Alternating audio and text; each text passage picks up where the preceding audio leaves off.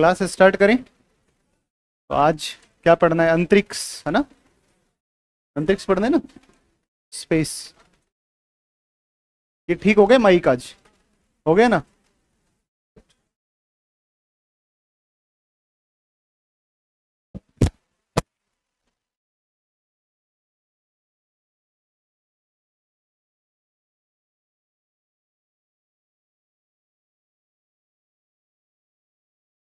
करो, लाइव करो।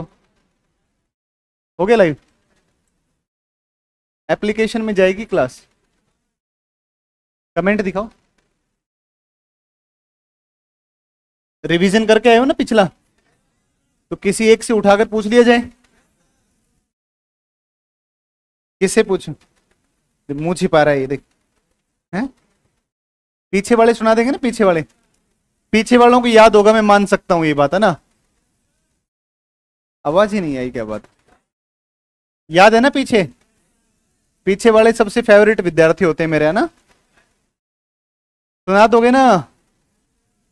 और आगे वाले?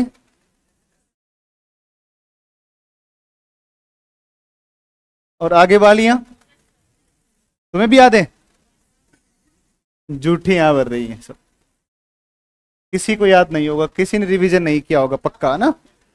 चलो, तो अब एक काम करते हैं, शुरू कर लेते हैं।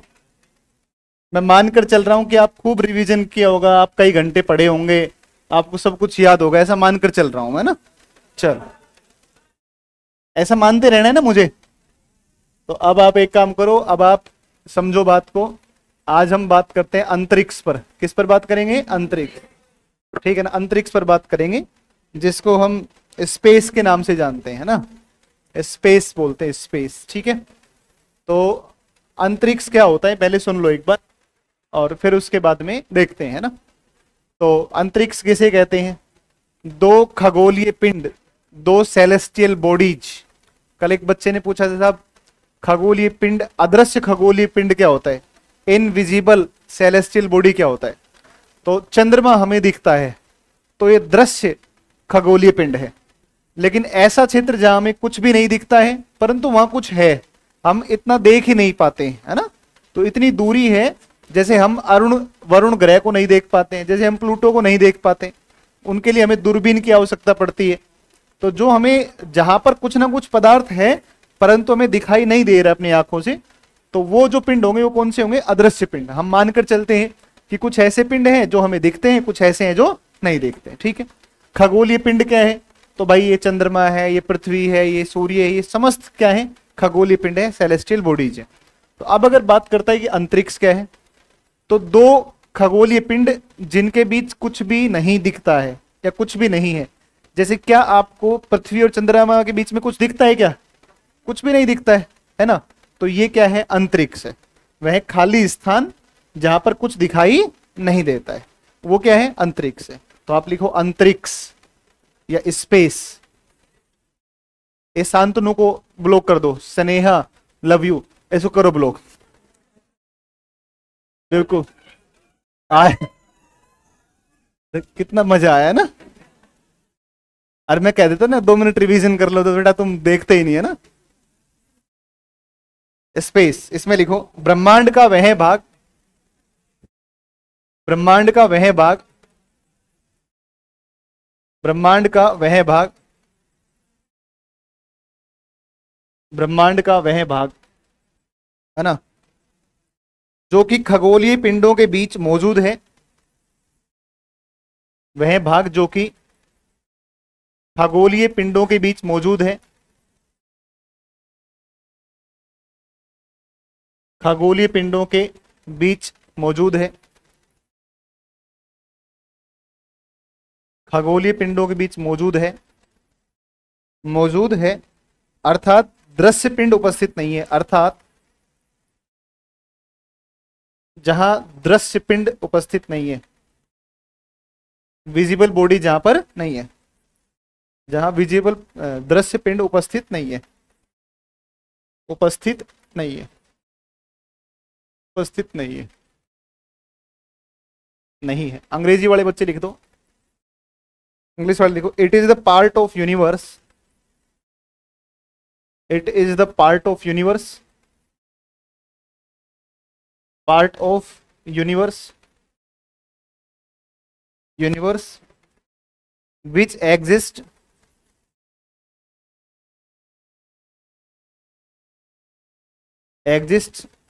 between celestial bodies,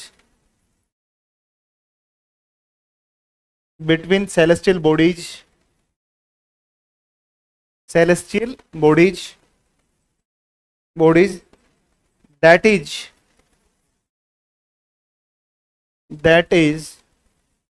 where visible bodies are not present, where visible bodies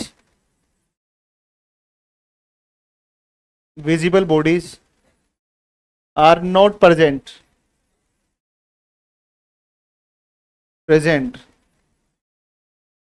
visible bodies are not present, जहां दृश्य पिंड नहीं है वहीं भाग कौन सा है, वो भाग कौन सा कहलाएगा, स्पेस। अब स्पेस का क्लासिफिकेशन किया जाता है, स्पेस अलग अलग तरीके का हो सकता है। जैसे हमारी जो अर्थ सरफेस है, इस अर्थ सरफेस से 100 किलोमीटर तक का जो भाग है इसको जियो स्पेस कहते हैं, भू अंतरिक्ष कहते हैं।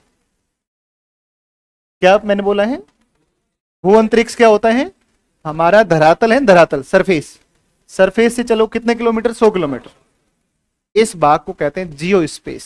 क्या बोलते हैं। अच्छा, आप जब पृथ्वी से चलना शुरू होंगे तो सबसे नजदीक सेलेस्टियल बॉडीज कौन सी दिखेगी, सबसे नजदीक कौन दिखेगा, चंद्रमा। अरे यही चंद्रमा ही तो है, मून तो है, और कुछ थोड़ी आएगा पहले, या पहले चंद्रमा आएगा, पहले सूर्य आएगा कि चंद्रमा आएगा, बुध आएगा कि चंद्रमा, पहले चंद्रमा आएगा। तो जब आप 100 किलोमीटर तक जाएंगे तो 100 किलोमीटर तक का जो है ना, वो 100 किलोमीटर तक का भाग है, उसको तो कह देंगे जियो स्पेस। और 100 किलोमीटर से ऊपर जब आप चलते हैं चंद्रमा तक, उसको बोलते हैं सिस लूनर स्पेस। कौन सा बोलते हैं, सिस लूनर स्पेस, इंग्लिश में भी और हिंदी में भी। दो आपके आ गए, मैं आपको बताऊं अगर, तो ये हमारी मान लो कि अर्थ है, ये हमारी अर्थ, ये हमारी अर्थ है। और इस अर्थ की अगर बात करते हैं,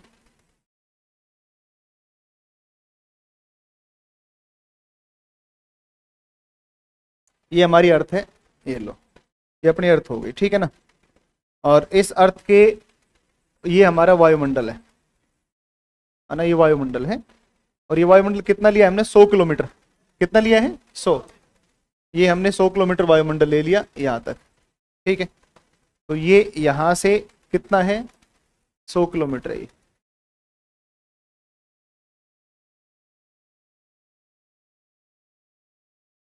और ये 100 किलोमीटर तक का ही जो भाग है ना, इसको बोलते हैं जियो स्पेस। क्या बोलते हैं, जियो स्पेस। आए सबको समझ में, जियो स्पेस कह दो या भू अंतरिक्ष कह दो, लिखना नहीं है, पहले सुनना है, पहले सुनना है। इसको हम भू अंतरिक्ष कहते हैं, भू अंतरिक्ष कहते हैं। इसके बाद मान लो कहीं यहां पर कहीं हमारा चंद्रमा घूम रहा है ना, ये मून है, ये मून है। अभी अभी की आज की न्यूज है द हिंदू की, कि जो ये हमारा चंद्रमा है इसके ऊपर पानी खोज लिया गया है ना, किसकी खोज हो गई है, पानी, यहाँ पर पानी उपस्थित है। आज सुबह हिंदू की न्यूज है आज की, ठीक है। ये मान लो कि हमारा मून है, ठीक है ना, चंद्रमा हो गया।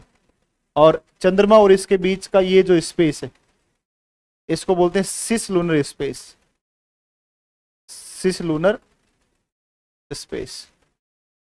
तो स्पेस दो प्रकार का तो आपके सामने आ गया, जियो स्पेस धरातल से 100 किलोमीटर, सिस लूनर स्पेस वायुमंडल में 100 किलोमीटर चले जाओ और वहां से लेकर के और कहां तक का है, वो कहां तक का है, चंद्रमा तक का है। फिर अगर हम देखें तो एक काम करते हैं, पहले इसको बना लेते हैं ना, है ना, लिख लेते हैं पहले स्पेस के प्रकार, है ना, फिर एक एक करके इनको लिख लेंगे, ठीक है। तो अब आप लिखो स्पेस के प्रकार, टाइप्स ऑफ स्पेस। देखो ये पोर्शन जो मैं आपको पढ़ा रहा हूं ना, ये वाला, स्पेस क्या है, ये अभी तक इसमें से प्रश्न बहुत सारे नहीं पूछे गए हैं ना, लेकिन मैं बिल्कुल आपको बेसिक से लेकर के और एडवांस तक ले जाऊंगा, ठीक है ना, क्योंकि अब की बार का पैटर्न थोड़ा सा अलग हो गया है ना, बदल गया है, तो मैं अकॉर्डिंगली पढ़ा रहा हूं। आप पीवाई क्यूज देखें और आपको पता चले कि इसमें से एक भी प्रश्न नहीं आया, क्यों पढ़ा दिया, है कि नहीं। तो आप बिल्कुल भी ऐसा नहीं सोचेंगे, है ना। हो सकता है कभी इस तरीके का प्रश्न पूछे, स्टेटमेंट देकर के कोई पूछ ले तो फिर क्या करेंगे, है कि नहीं। आप लिखें टाइप्स ऑफ स्पेस, लिखा टाइप्स ऑफ स्पेस।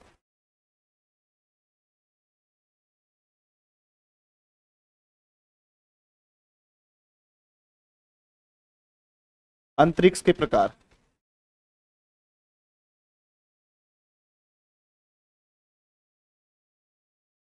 पहला लिखो आप, सबसे पहला जियो स्पेस, इंग्लिश हिंदी दोनों, जियो स्पेस भू अंतरिक्ष।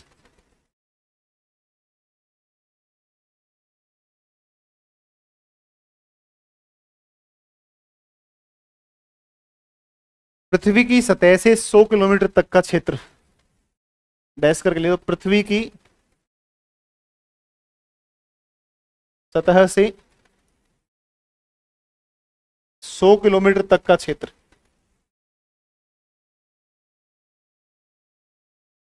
100 किलोमीटर तक का क्षेत्र, रीजन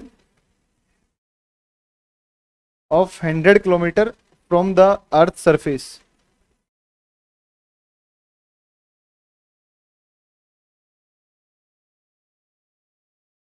अप टू कर सकते हैं ना इसको, 100 kilometre, region up to 100 kilometre from the earth surface.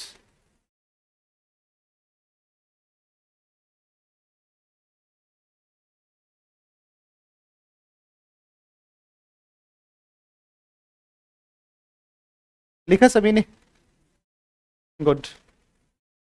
दूसरा लिखो, कौन सा है, सिस लूनर स्पेस।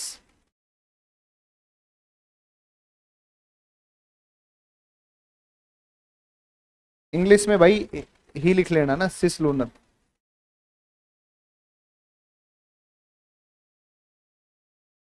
हिंदी वाले भी इंग्लिश में लिख लेंगे। तो पृथ्वी के वायुमंडल में 100 किलोमीटर से, पृथ्वी के वायुमंडल में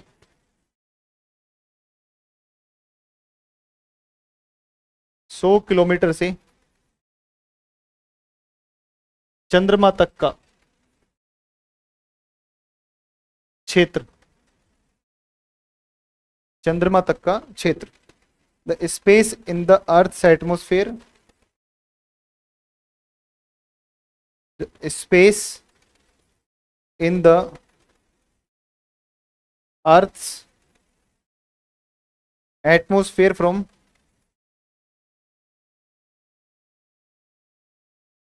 atmosphere from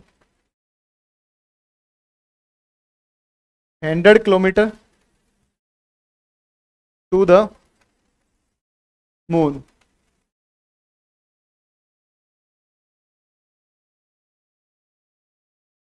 to the moon, लिखा सभी ने। ये डायग्राम ऐसे बनाओ, नहीं लिखा है लिख लो, कोई बात नहीं।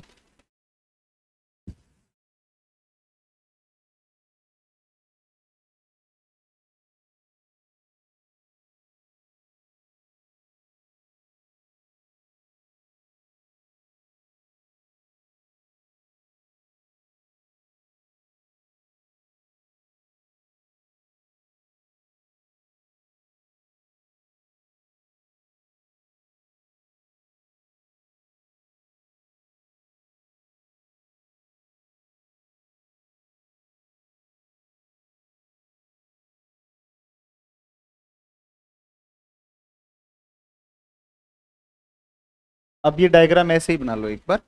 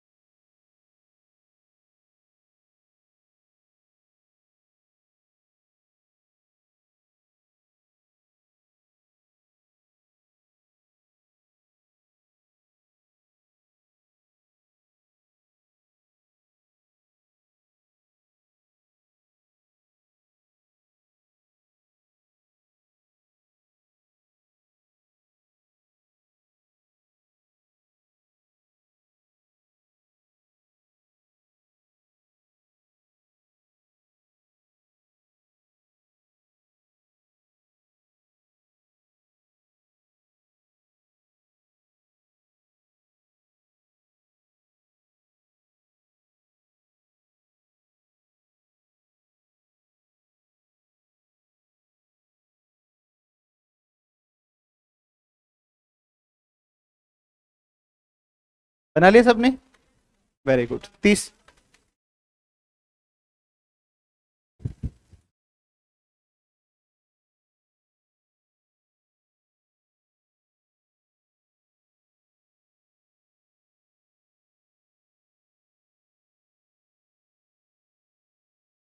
बन गया होगा अब तो।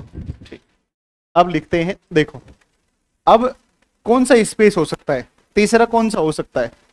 अच्छा, एक स्पेस हो सकता है दो तारों के बीच का। एक स्पेस कौन सा हो सकता है? दो तारों के बीच। और एक स्पेस हो सकता है दो आकाश गंगाओं या गैलेक्सीज के बीच का। भाई स्पेस पृथ्वी से 100 किलोमीटर तक का स्पेस हो गया, पृथ्वी के 100 किलोमीटर से चंद्रमा तक का स्पेस हो गया, दो तारों के बीच का स्पेस हो गया, दो आकाश गंगाओं के बीच का स्पेस हो गया।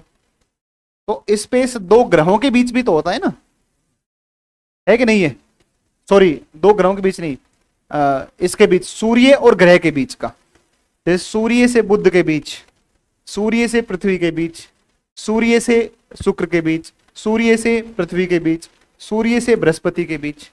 तो जो सन है ना, सन, इस सन का जो इलेक्ट्रोमैग्नेटिक फील्ड है इसके अंतर्गत या इससे संबंधित है, इससे रिलेटेड है ना। तो जिसके अंदर अलग अलग सोलर सिस्टम क्या होते हैं, पाए जाते हैं, अलग अलग प्लेनेट सिस्टम मिलते हैं, ग्रह तंत्र जहां पर मिलते हैं। तो अगला लिखो इंटरप्लेनेटरी, अंतर्ग्रहीय अंतरिक्ष। तीसरा लिखो इंटर प्लेनेटरी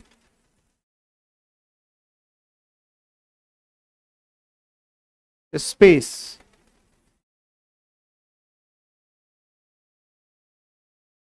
अंतर्ग्रहीय अंतरिक्ष, अंतरिक्ष, अंतर्ग्रहीय अंतरिक्ष, अंतर्ग्रहीय अंतरिक्ष।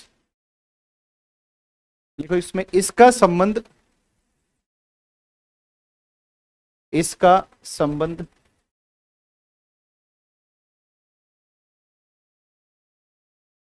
सूर्य तथा उसके विद्युत चुंबकीय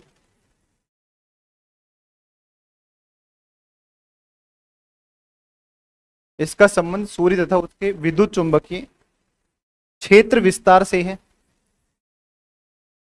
क्षेत्र विस्तार से है, जहां विभिन्न ग्रह तंत्र उपस्थित हैं, विभिन्न ग्रह तंत्र उपस्थित हैं, ग्रह तंत्र उपस्थित हैं।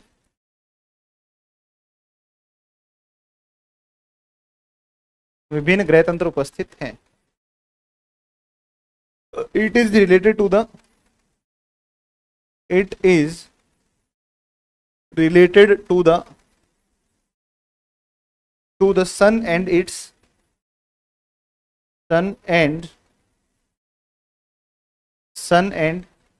its electromagnetic field,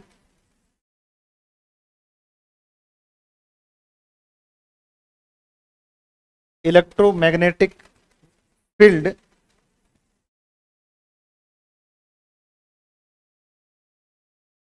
expansion,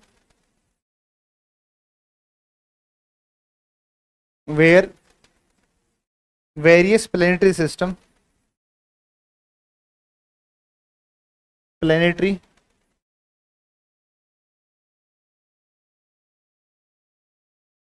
systems are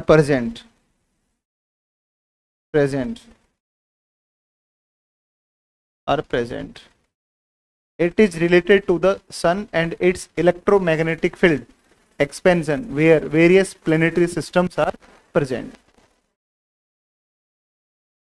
तो ये आ गया सूर्य और ग्रहों के बीच का आ गया। ठीक है, इसके बाद अगला लिखो, अगला लिखो, अगला लिखो, और अगला लिखो आप अगला, और ये है इंटर स्टेलर स्पेस, तारों के मध्य अंतरिक्ष।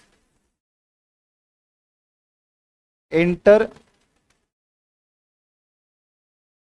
स्टेलर स्पेस, तारों के मध्य अंतरिक्ष, तारों के मध्य अंतरिक्ष।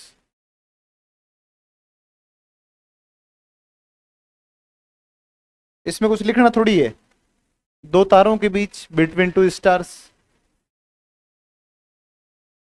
दो तारों के मध्य,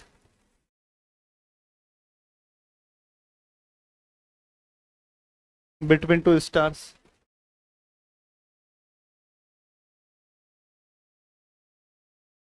और एक स्पेस कौन सा होता है, और ये होता है इंटर गैलेक्टिक स्पेस, दो आकाश गंगाओं के मध्य, inter galactic.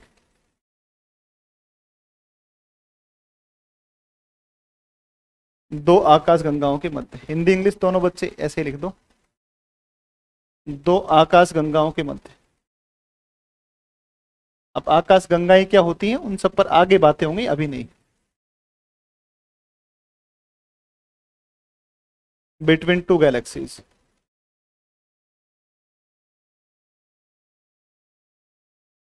Between two galaxies, ये बिल्कुल सामान्य बात है। और इनमें सबसे महत्वपूर्ण एक ही है, एक कह दो या फिर दो कह दो आप, पहला और दूसरा। जियो स्पेस कौन सा होता है और सिसलुनर स्पेस कौन सा होता है, ये दोनों महत्वपूर्ण है, ठीक है ना। अच्छा, ऐसी फिल्म भी है क्या इंटरस्टेलर, फिल्म है क्या इंटरस्टेलर? अच्छा अच्छा अच्छा अच्छा।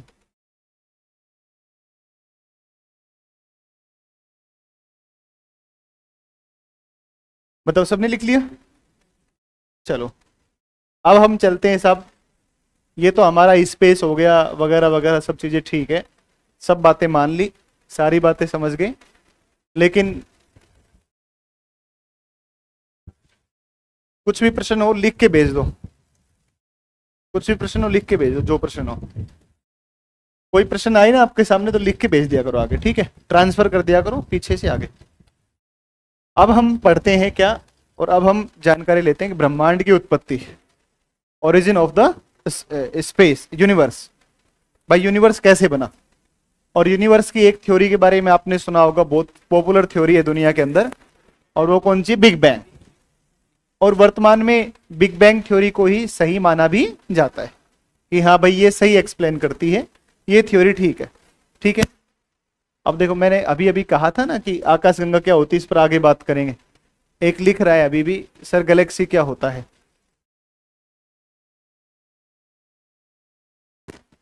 कहने के बावजूद भी। अब आप लिखो हेडिंग, ब्रह्मांड की उत्पत्ति से संबंधित सिद्धांत, theories related to the origin of universe. ब्रह्मांड की उत्पत्ति से संबंधित सिद्धांत।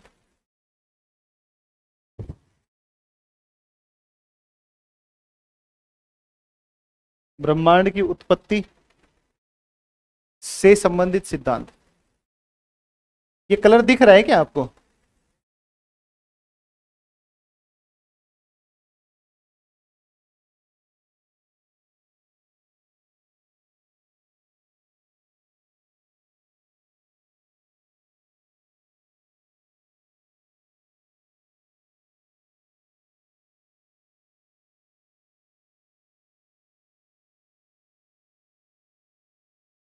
Theories related to the origin of universe.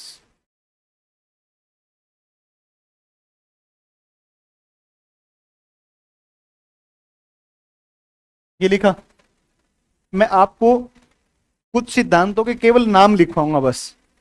ये थ्योरी इसने दी, ये थ्योरी इसने दी, ये थ्योरी इसने दी। क्योंकि कई बार होता क्या है ना कि एक तरफ थ्योरी का नाम दे देता है और उसके सामने दे देता है साइंटिस्ट कौन थे देने वाले, और कहता है ये सही मिलान करो, या फिर आ जाता है कि इनमें से कौन सा सही नहीं।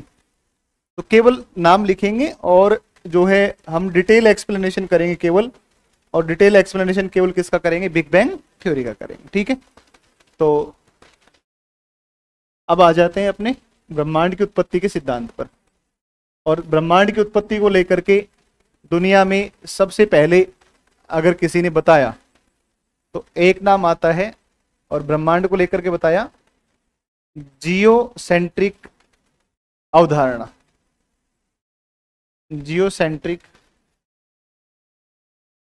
जियोसेंट्रिक अवधारणा दी सबसे पहले।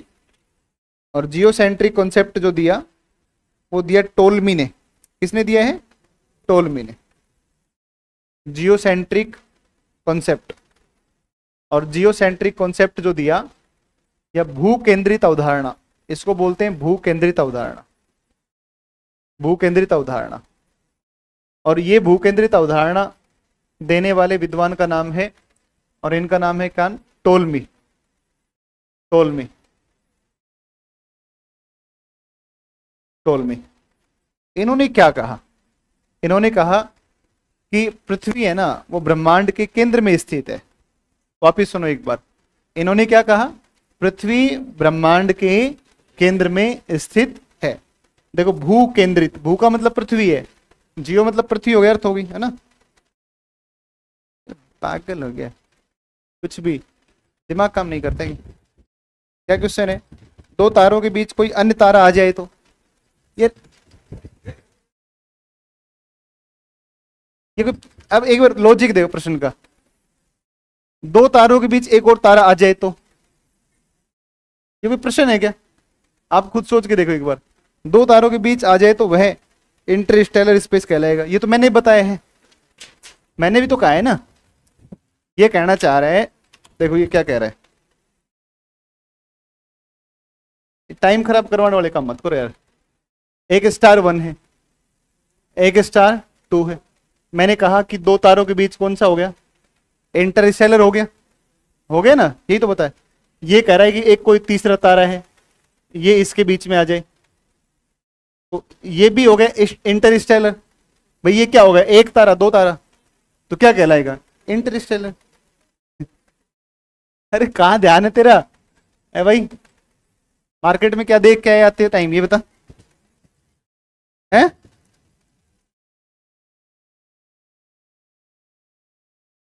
ऐसे उठपटांग प्रश्न मत पूछो यार, देखो ना।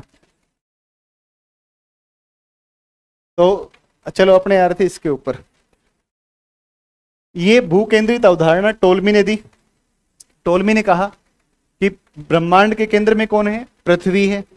और सारे के सारे जो जितने भी सेलेस्टियल बॉडीज हैं, जितने भी खगोलीय पिंड हैं, वो तमाम खगोलीय पिंड किसके चारों तरफ चक्कर लगाते हैं? पृथ्वी के। एक सामान्य बात है। कोपरनिकस ने अपने ऑब्जर्वेशंस के आधार पर, और इनका जो ये थ्योरी था जियोसेंट्रिक कॉन्सेप्ट, इसको गलत प्रूव किया। और गलत प्रूव करके इन्होंने बताया कि देखो ऐसा नहीं है, ब्रह्मांड के केंद्र में कौन है? सूर्य। इन्होंने देखो, टोल्मी कहना चाह रहे हैं कि पृथ्वी स्थिर है अपनी जगह पे, सब इसके चक्कर काट रहे हैं।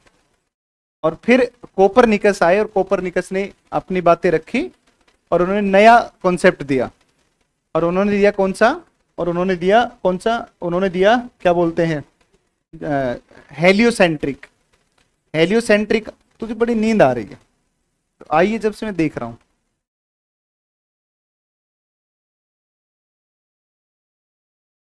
छाछ पी के आइए घर से, हैं? सही बता। नहीं तो फिर नींद क्यों आ रही है? नींद मतलब मुझे देख करके नींद आने लग जाती किसी को भी, है ना? मैं सो जाऊंगा तो फिर पता पढ़ाएगा कौन? है तो नींद मतलब भाई, आवाज कम आ रही है क्या? तो लिखो इसमें जियोसेंट्रिक कॉन्सेप्ट, इसमें लिखो। आवाज नहीं आ रही क्या? यहां तो चल रहा है सब। अरे बैटरी फुल है इसमें, पता नहीं क्या हुआ। लिखो, पृथ्वी ब्रह्मांड के केंद्र में है।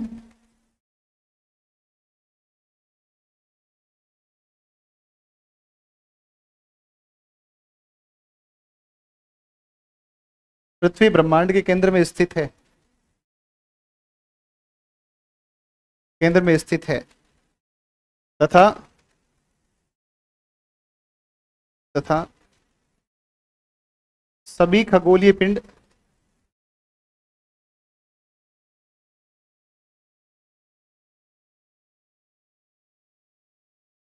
इसके चारों ओर इसके चारों ओर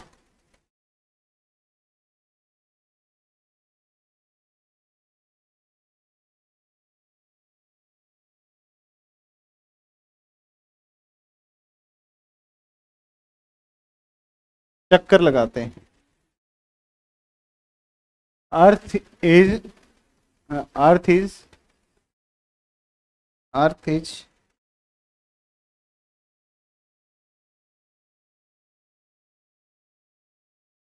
earth is located in the center of universe and all celestial bodies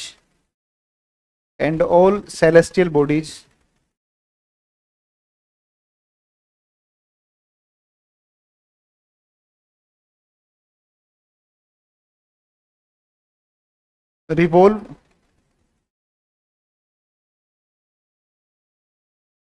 around the earth,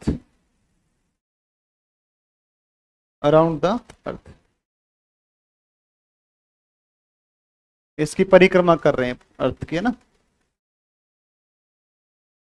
परिक्रमा कर रहे हैं।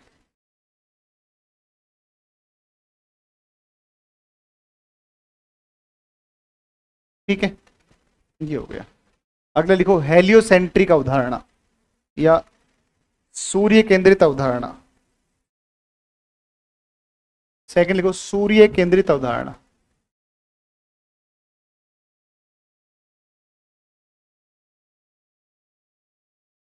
सूर्य केंद्रित अवधारणा, सूर्य केंद्रित अवधारणा क्या हो गया? पीछे करना है क्या?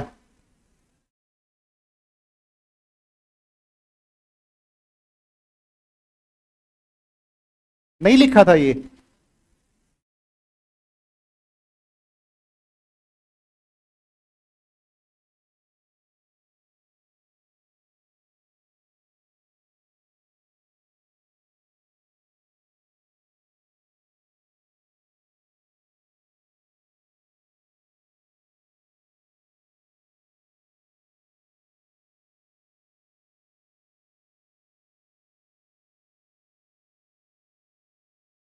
हो गया, वेरी गुड। अगला देखो heliocentric concept.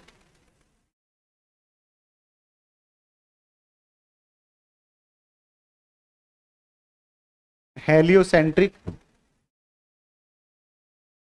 Heliocentric concept, heliocentric concept, सूर्य केंद्रित अवधारणा, सूर्य केंद्रित अवधारणा।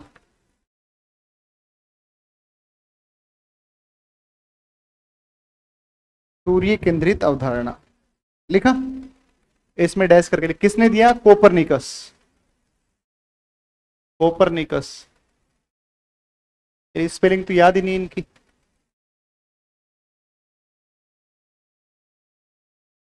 स्पेलिंग भाई हो सकता है सही नहीं हो, है ना? सही है क्या स्पेलिंग? अच्छा सी से है क्या? चलो कोई बात नहीं है।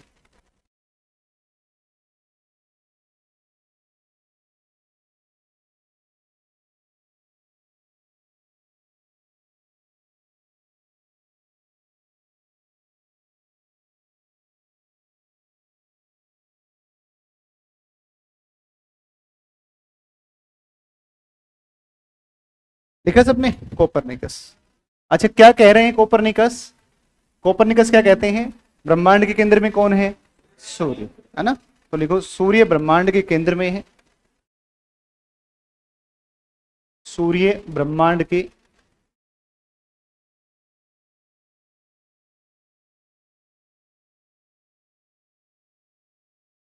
केंद्र में उस स्थित है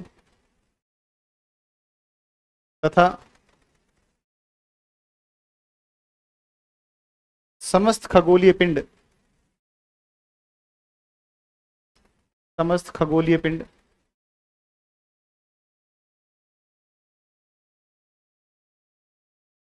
इसके चारों ओर चक्कर लगाते हैं। इसके चारों ओर चक्कर लगाते हैं। इसके चारों ओर चक्कर लगाते हैं। Sun is located in the centre of universe and all celestial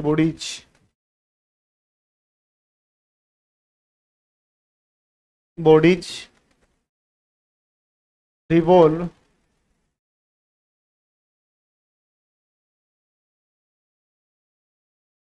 around the sun। ये लिख दो एक बार सारे बच्चे, ये लिख दो।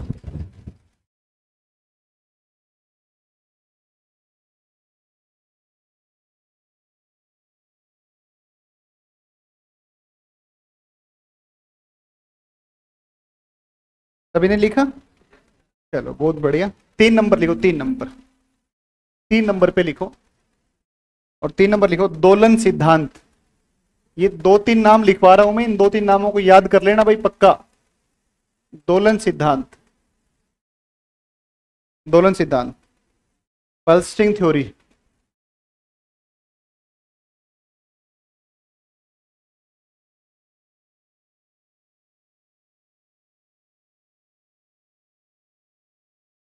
दोलन सिद्धांत, डॉक्टर एलन सैंडेजा।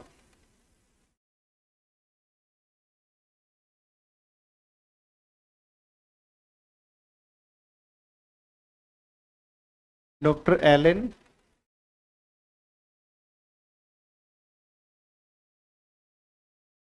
सिर्फ नाम याद रखने हैं थ्योरीज के। दोलन सिद्धांत किसने दिया? Doctor Allan Sandage, Allan सैंडेजा।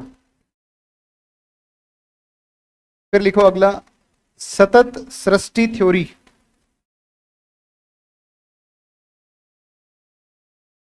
सतत सृष्टि सिद्धांत,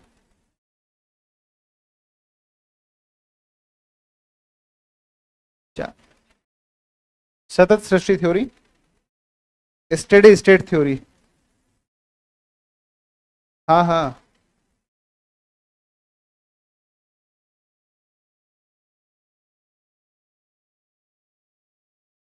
हमें सिर्फ और सिर्फ एक थ्योरी पर बात करनी है, और वो थ्योरी कौन सी है? Big bang. बाकी नाम ध्यान रखना। जियोसेंट्रिक किसने दी? टोल्मे। हेलियोसेंट्रिक किसने दी? कौन दी? कोपरनिकस। दोलन सिद्धांत एलन सैंडेजा। सृष्टि सतत सृष्टि सिद्धांत steady state theory Thomas gold. Thomas gold,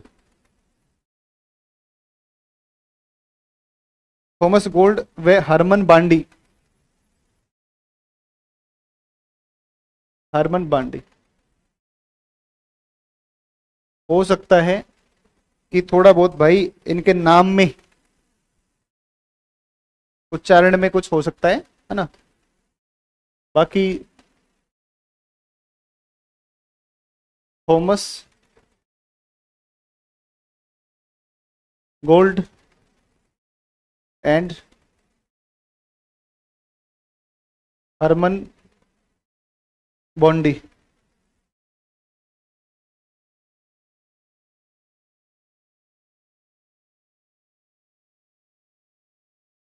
Harman Bondi, इस पर कोई चर्चा नहीं होगी। आगे लिखो अगला 5 नंबर पे। 5 नंबर पे लिखो स्फीति सिद्धांत, इन्फ्लेशन थ्योरी। स्फीति सिद्धांत,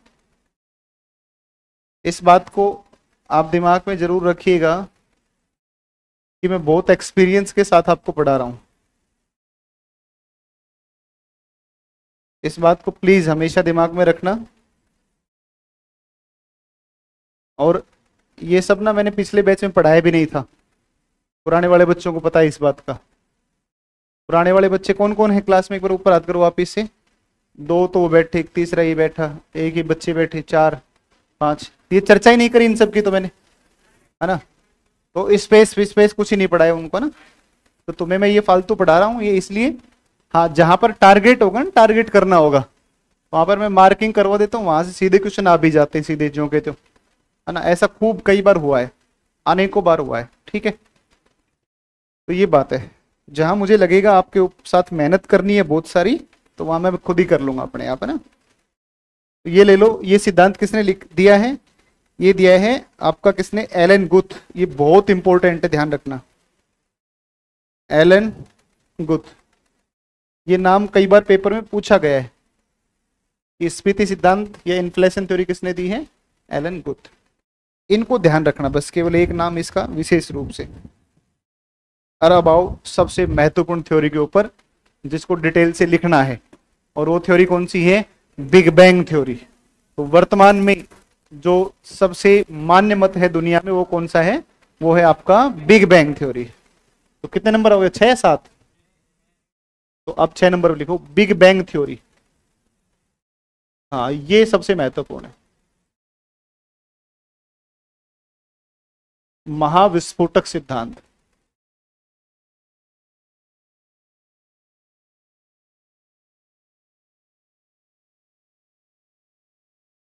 मैं तुम्हारी बातों को इग्नोर कर सकता हूं, है ना, कुछ कुछ चीजों को, और मैं इग्नोर करूं ना तो उसका कारण है, क्योंकि मुझे पता है कि जिस उम्र में तुम हो उस उम्र में हार्मोन्स सबसे भयानक सक्रिय होते हैं ना, और उठपटांग सोचता है दिमाग हमेशा, मतलब ऐसी इमेजिनेशन करता है जिसका कोई मतलब पढ़ाई से नहीं है। समझे कि नहीं समझे, या चीजें पढ़ाने के बाद भी उसी से प्रश्न पूछते हो।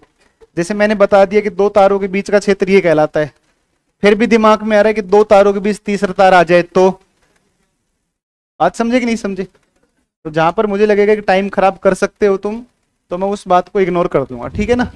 जहां मुझे लगेगा जेन्युइन बात है तो मैं वहां पर चर्चा कर लूंगा, ठीक है। तो ये थोड़ा ध्यान रखना। चलिए,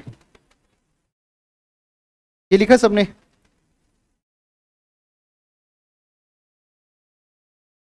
एक विद्वान है, अगर आपने नाम सुना हो, और उनका नाम है हबल। क्या नाम है उनका, एडविन हबल। क्या नाम है, एडविन हबल। और जो बेटा ध्यान दे ले, एडविन हबल थे ना, एडविन हबल, उन्होंने कुछ अध्ययन किए, और उन्होंने जो अध्ययन किए ना वो खुली आंखों से नहीं करे। उन्होंने अध्ययन किया, और उन्होंने किया टेलीस्कोप के माध्यम से। किसके माध्यम से, और हबल ने बताया अपने स्टडी के बाद में कि ब्रह्मांडीय जो पिंड है ना, इनके बीच में लगातार दूरी क्या हो रही है, बढ़ रही। इनके बीच दूरी क्या हो रही है, बढ़ रही है। एक बार आप मोटे मोटे दिमाग में इमेजिनेशन करके देखो। मैंने आपको बोला कि एक लड़का दौड़ रहा है, मैंने क्या बोला है, एक लड़का दौड़ रहा है। तो इसका मतलब ये भी तो है ना कि किसी समय पर वो लड़का एक जगह पर खड़ा होगा। मैंने कहा कि एक गाड़ी 120 की स्पीड पर भाग रही है, तो इसका मतलब ये है कि 120 की स्पीड से पहले 119 रही होगी, उससे पहले 118 रही होगी, उससे पहले 117, 116, 115, ऐसे करते करते आप आओगे 90, है ना, आओगे 80, 70, 60, 120 के ऊपर भाग रही है गाड़ी, अभी 120 पर है। इससे पहले ये गाड़ी कहीं ना कहीं एक ऐसा समय होगा जब ये कितनी स्पीड पर थी, 0 स्पीड पर थी। आई बात समझ में। वर्तमान में गाड़ी भाग रही है, दौड़ रही है, लेकिन कोई ना कोई ऐसी अवस्था थी जब ये गाड़ी क्या हो रही थी, 0 स्पीड पर थी। तो हबल ने कहा कि लगातार ब्रह्मांड का विस्तार हो रहा है, ब्रह्मांड का विस्तार, ब्रह्मांड फैल रहा है, ब्रह्मांड फैल रहा है। ये कह रहे हैं ब्रह्मांड ऐसे फैल रहा है, तो इसका मतलब अभी तो फैल रहा है, इससे पहले अगर पीछे जाओ घूम करके, तो पीछे जब जाओगे तो कोई ना कोई तो एक ऐसा रहा होगा पॉइंट जिसके ऊपर ब्रह्मांड फैल नहीं रहा था, संपूर्ण ब्रह्मांड एक जगह पर स्थित था। बात समझे कि नहीं समझे भाई। अगर फैल रहा है तो फैलाव कहीं से तो शुरू हुआ था ना, और जहां से फैलाव शुरू हुआ था वह एक बिंदु हुआ करता था।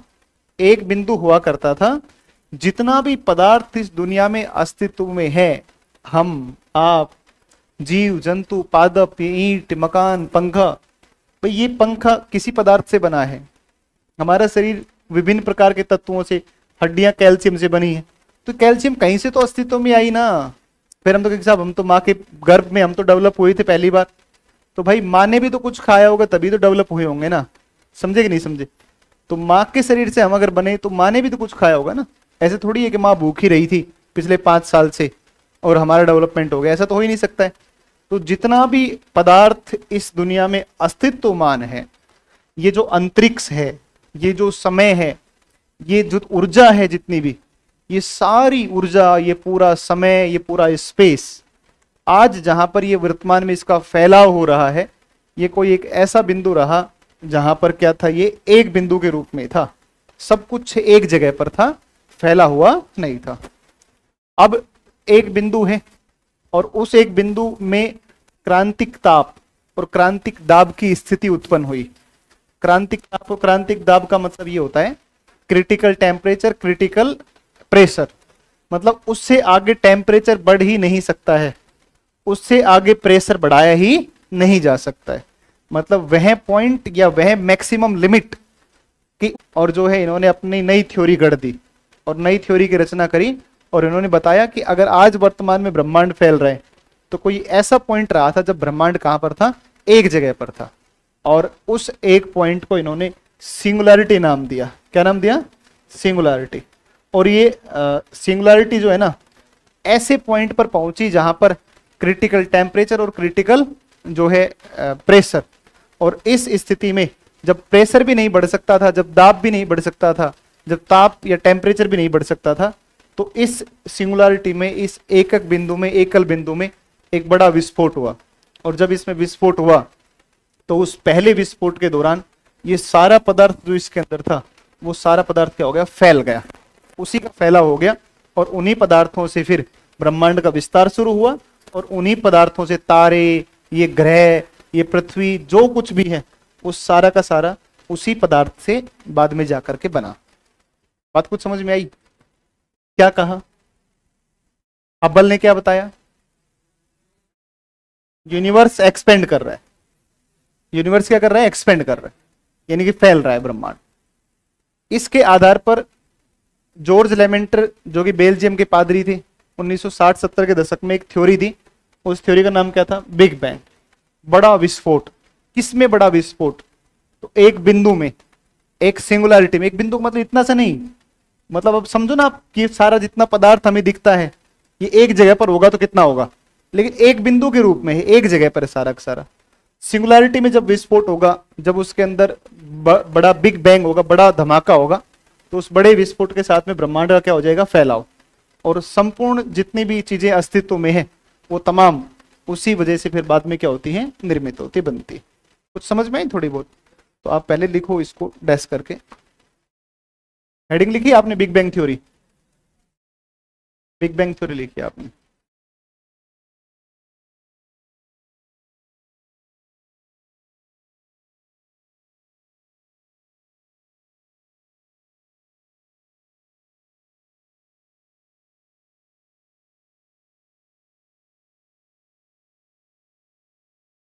लिखो, आधुनिक एवं सर्वाधिक मान्य मत है।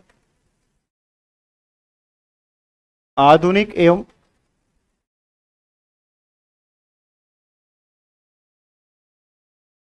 सर्वाधिक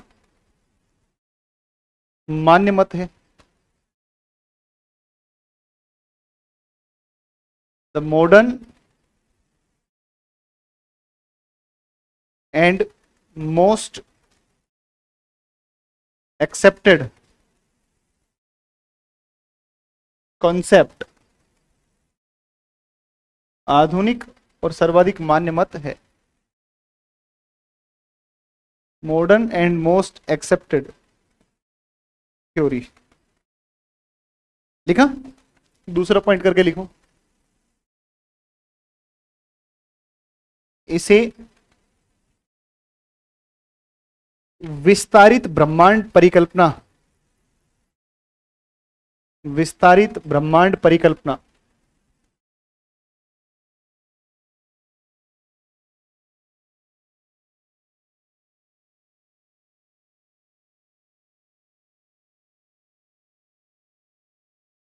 भी कहा जाता है,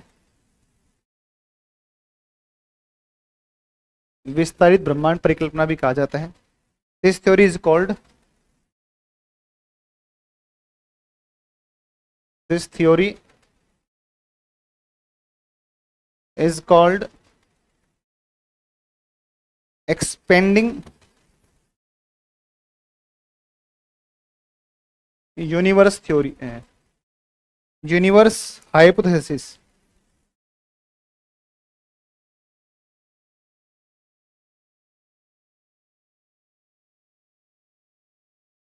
एक्सपेंडिंग यूनिवर्स हाइपोथेसिस, इसको देने वाले कौन है?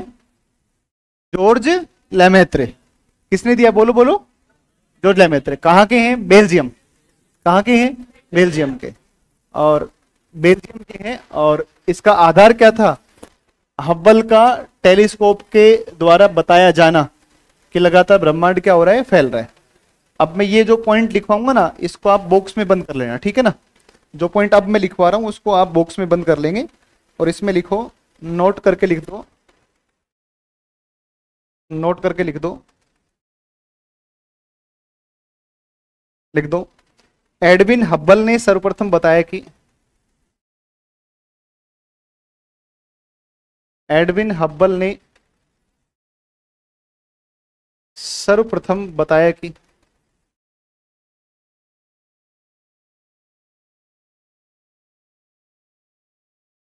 एडविन हब्बल ने सर्वप्रथम बताया कि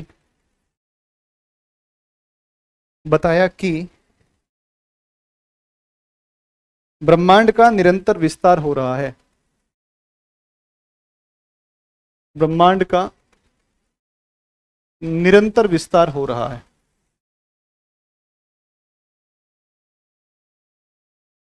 निरंतर विस्तार हो रहा है।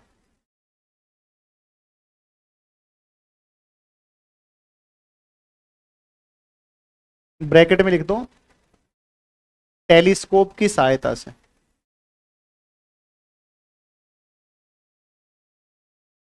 अमेरिका की जो शक्तिशाली दूरबीन है उसका नाम भी क्या है? हब्बल टेलीस्कोप है ना। सहायता से, by the help of telescope. English वाले बच्चे लिख दो, Edwin Hubble, Edwin Hubble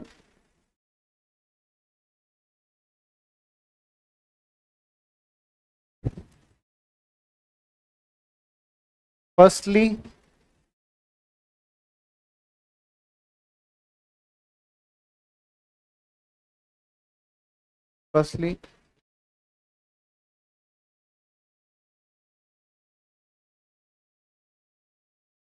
says that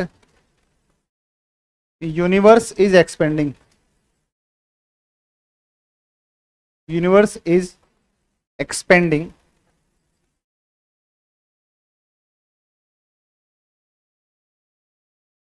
expanding, bracket में by the help of telescope.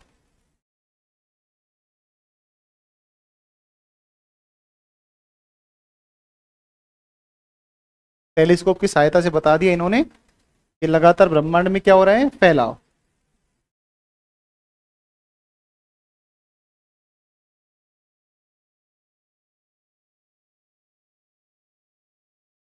ये लो, ये बताया, ठीक है। फिर एक पॉइंट और लिखो, इस ब्रैकेट को डिब्बे में बंद कर लो इसको। फिर लिखो, बिग बैंग सिद्धांत, बिग बैंग सिद्धांत, बिग बैंग सिद्धांत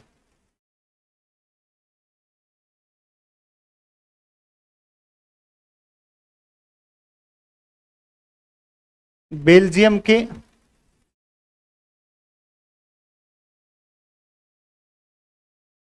बेल्जियम के पादरी, क्या बोलते हैं इसको? क्राइस्ट बोलते हैं क्या? बेल्जियम के पादरी जॉर्ज लेमेत्रे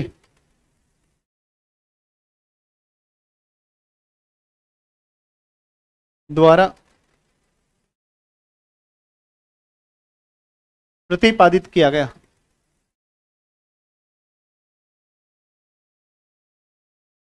प्रतिपादित किया गया। This theory was proposed by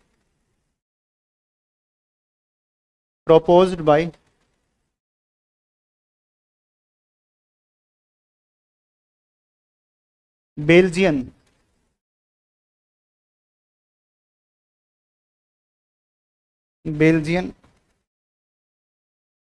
priest George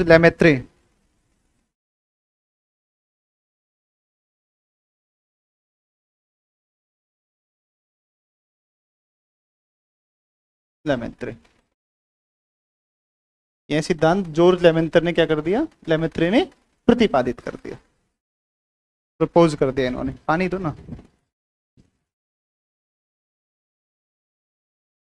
लिखा? अगला पॉइंट लिखो, next point.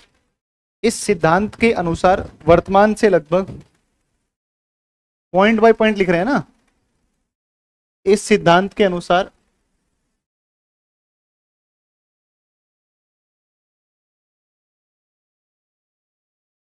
According to this theory, आज से लगभग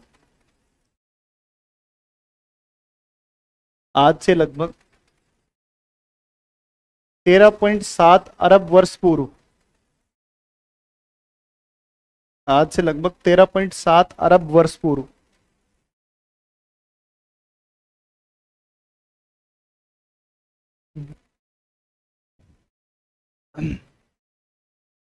अरब वर्ष पूर्व 13.7 अरब वर्ष पूर्व आज का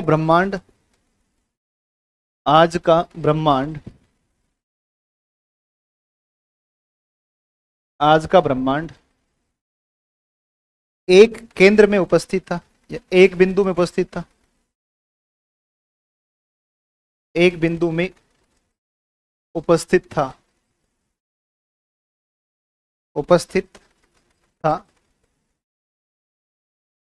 जिसे एकक बिंदु कहा जाता है, एकक बिंदु कहा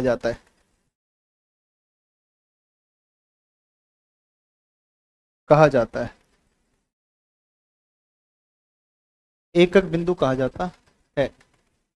ठीक है, देखो, according to this theory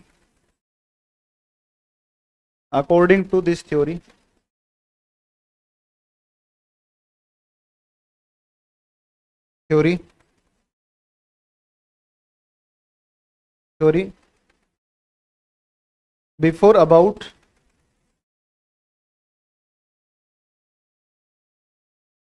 13.7 billion years ago,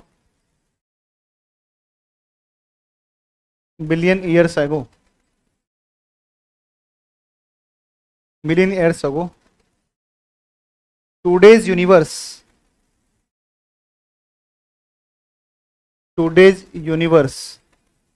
was present in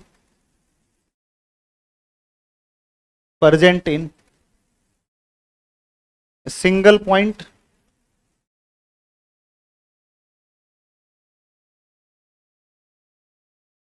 which is called singularity.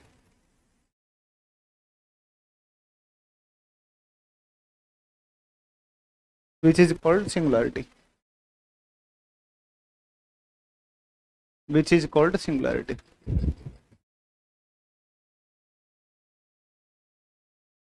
singularity. बताओ, लिखा सबने? मजा आ रहा है ना?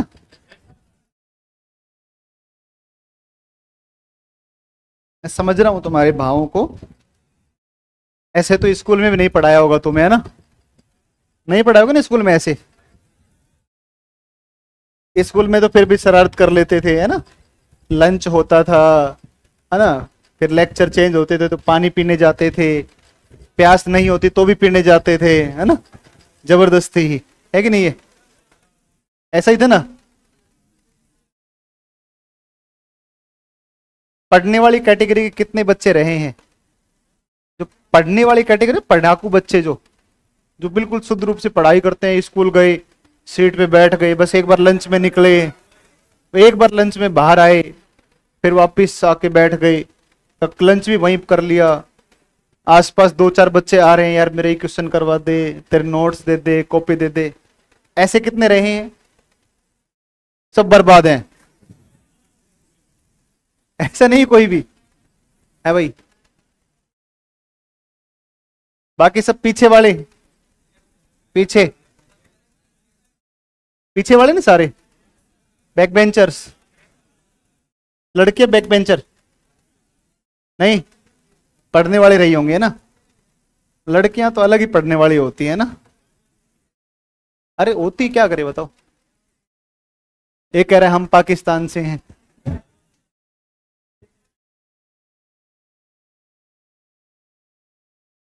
उन बच्चों का कुछ नहीं होता है, पढ़ने वाले बच्चों का कुछ नहीं होता है ना। सच में कुछ नहीं होता है उनका, सच में, मजाक नहीं कर रहा हूं। हैं? बताऊं क्यों नहीं होता है? वो खूब पढ़ते हैं, वो बचपन तो जीते ही नहीं है, वो बचपन खत्म हो गया उनका। फिर वो जैसे ही जवान होते हैं,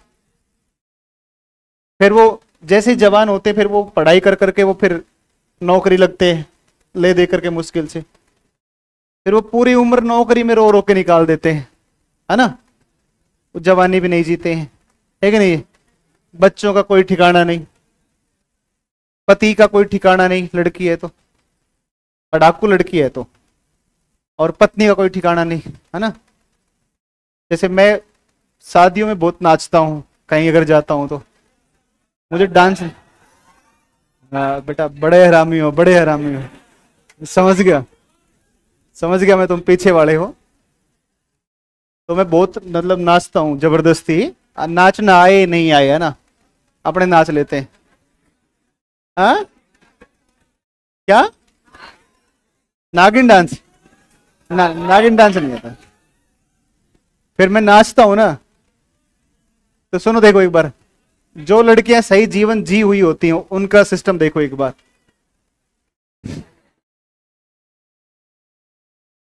मैं भी ठीक से जिया हूं, अभी भी जी लेता हूं, और मेरी वाइफ और ढंग से जी हुई है ना।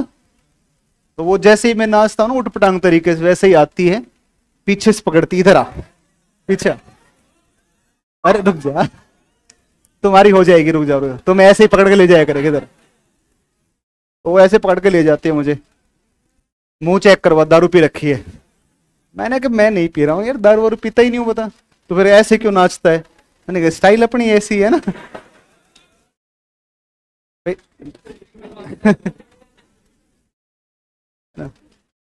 ये है भाई, बोर नहीं होना है, ठीक है ना। बोर होके पड़े तो फिर भला पड़े, है ना। लेकिन टॉपिक ऐसा ही है ना, अपने कुछ कर नहीं सकते, टॉपिक ही ऐसा ही है। तो अच्छे टॉपिक आएंगे, है ना, अच्छे टॉपिक आएंगे, अच्छे टॉपिक आएंगे अपने कब? अ, अच्छे दिन, हाँ, जैसे अच्छे दिन आए ऐसे ही, है ना। अच्छा एक बात और ध्यान रखना है, एक फोटो लगा भेजता हूँ, फोटो लगाओ बोर्ड के ऊपर।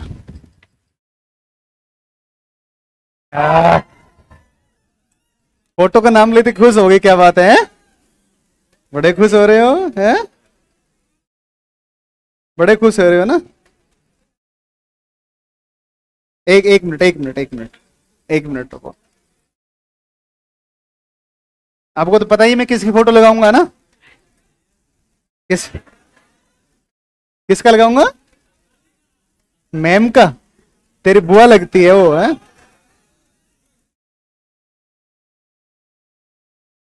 रुक जाओ, मेरे हाथ में आ जाएगा तो अपने आप सही कर दूंगा, चिंता मत करो आप।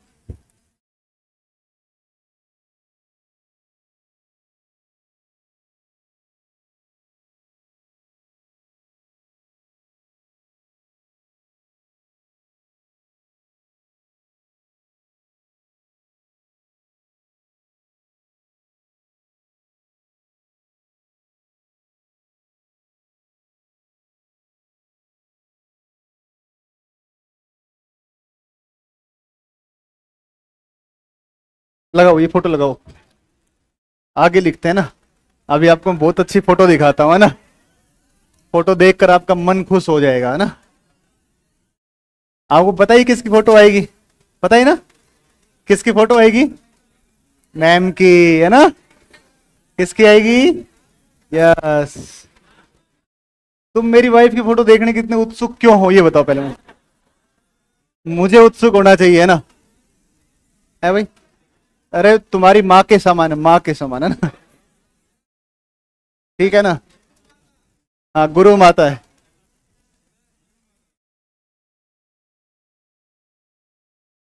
अच्छा अच्छा अच्छा अच्छा, ये कह रहे हैं सर हम आपसे डरते हैं और हम देखना चाहते हैं कि आप किससे डरते हैं, है ना। अपने नहीं डरते हैं किसी से भी, समझा। देखो कहाँ गई फोटो, नहीं वही लगा दो, कोई दिक्कत नहीं, उसको डिलीट कर देंगे अपने। लगाओ लगाओ लगाओ। जो जो बच्चे पीछे से बहुत भयानक शरारत कर रहे हैं वो ध्यान रखना, ये मेरी 2013 की फोटो है और आज, अरे और कितने कितने साल हो गए हैं, आज 2024। पिछले 11 साल से मैं लगातार पढ़ा रहा हूं।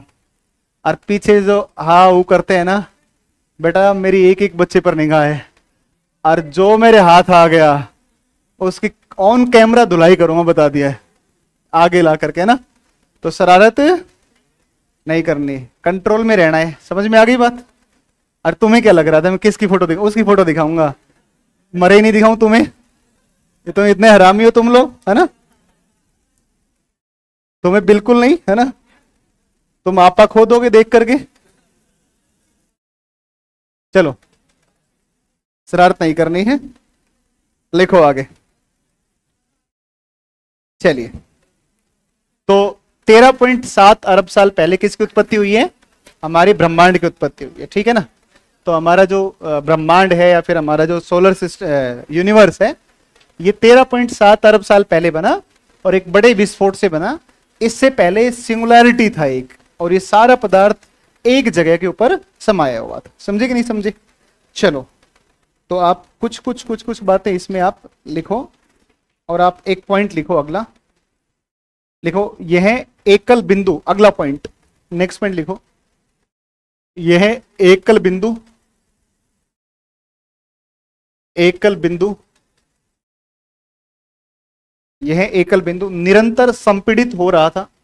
भाई जिस तरीके से आज एक्सपेंड कर रहा है, फैल रहा है, वैसे ही कभी ना कभी क्या हो रहा था इसमें, संपीड़न।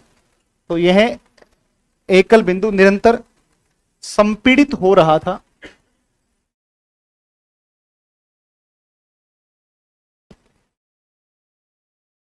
संपीड़ित हो रहा था, जिसके कारण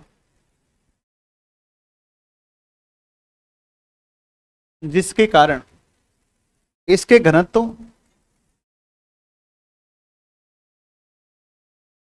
इसके घनत्व एवं ऊर्जा, घनत्व एवं ऊर्जा में निरंतर, ऊर्जा में निरंतर वृद्धि हो रही थी,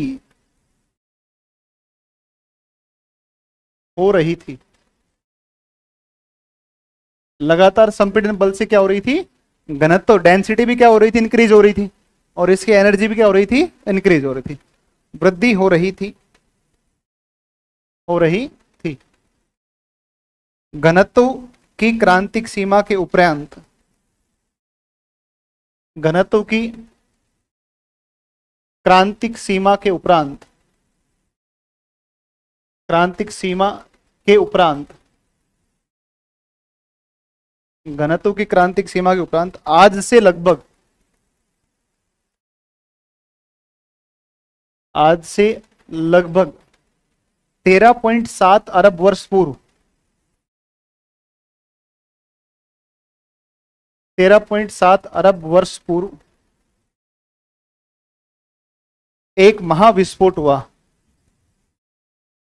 एक महाविस्फोट हुआ, एक महाविस्फोट हुआ, जिसे ही बिग बैंग कहा जाता है। इंग्लिश में लिखवा दूंगा अभी मैं, जिसे ही बिग बैंग कहा जाता है,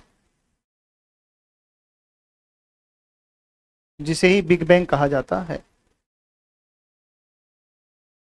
जिसे ही बिग बैंग कहा जाता है। अंग्रेजी वाले बच्चे लिख दो, the singularity was the singularity was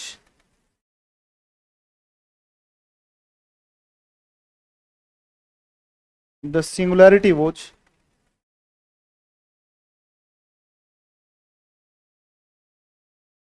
was continuously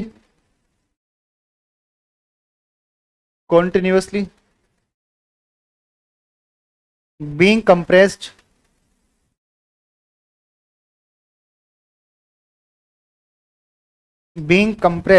due to which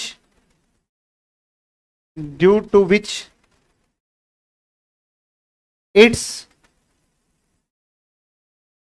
density and energy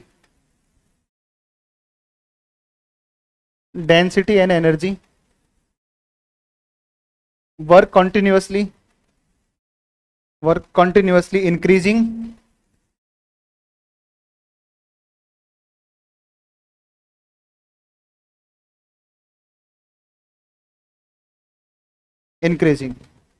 full stop करके लिखो, after the critical limit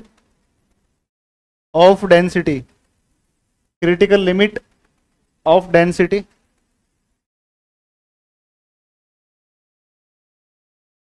comma करके about 13.7 billion years ago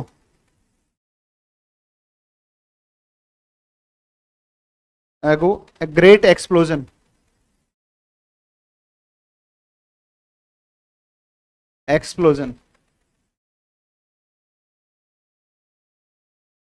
took place, which is called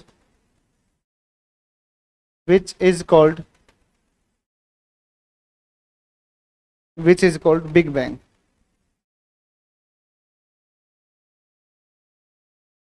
ये मैंने आपको समझा दिया ना बिग बैंग का, कैसे बिग बैंग हुआ।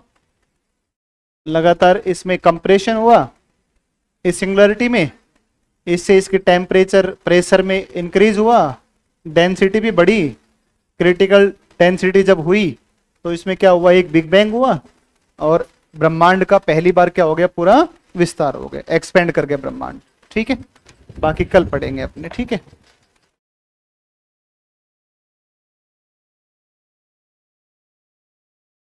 देखो आज भी चलो एक बच्चे ने प्रश्न पूछा है कि आज भी विस्तार हो रहा है। बिल्कुल विस्तार हो रहा है। कैसे पता चलता है, तो दुनिया भर के सैटेलाइट्स हैं, है ना, बड़े बड़े अब तो बहुत साइंस अब तो बहुत विकसित हो गया। तो जिस तरीके से पहले कैसे पता चला कि दो सेलेस्टियल बॉडीज क्या हो रही है, दूर जा रही है, इसका मतलब कहीं ना कहीं इससे पता चलता है कि एक्सपेंड कर रहा है, लेकिन स्पीड कम है ना, लगातार विस्तार इसका होता जा रहा है। तो जब शुरुआत में बना होगा तो स्पीड तेज रही होगी, अभी स्पीड क्या रही है, कम है। ठीक है ना, तो ये बात लगातार इसमें विस्तार हो रहा है जी। Density, critical density, critical pressure, critical temperature. आप एक बात बताओ, एक सिंपल एग्जांपल लेते हैं। ठीक है ना, आपके पास में एक बॉल है, आप उस बॉल के ऊपर कंप्रेशनल फोर्स लगा रहे हो, ऐसे दबा रहे हो, तो दबाते दबाते एक ऐसा पॉइंट आएगा ना जो क्या कर जाएगा, ब्लास्ट कर जाएगा। तो एनर्जी बहुत हाई हो जाएगी ना इसके अंदर। भाई जब आप किसी चीज को दबाओगे, कंप्रेस करोगे, तो एनर्जी भी तो बढ़ेगी ना उसके साथ, और वो एनर्जी ही क्या कर देगी, उसमें जाकर के विस्फोट कर देगी, एक्सप्लोजन कर देगी। कल पढ़ते हैं। ठीक है ना, रिवीजन साथ साथ करते रहना। ठीक है ना, रिवीजन साथ करते रहना। ठीक है, थैंक यू।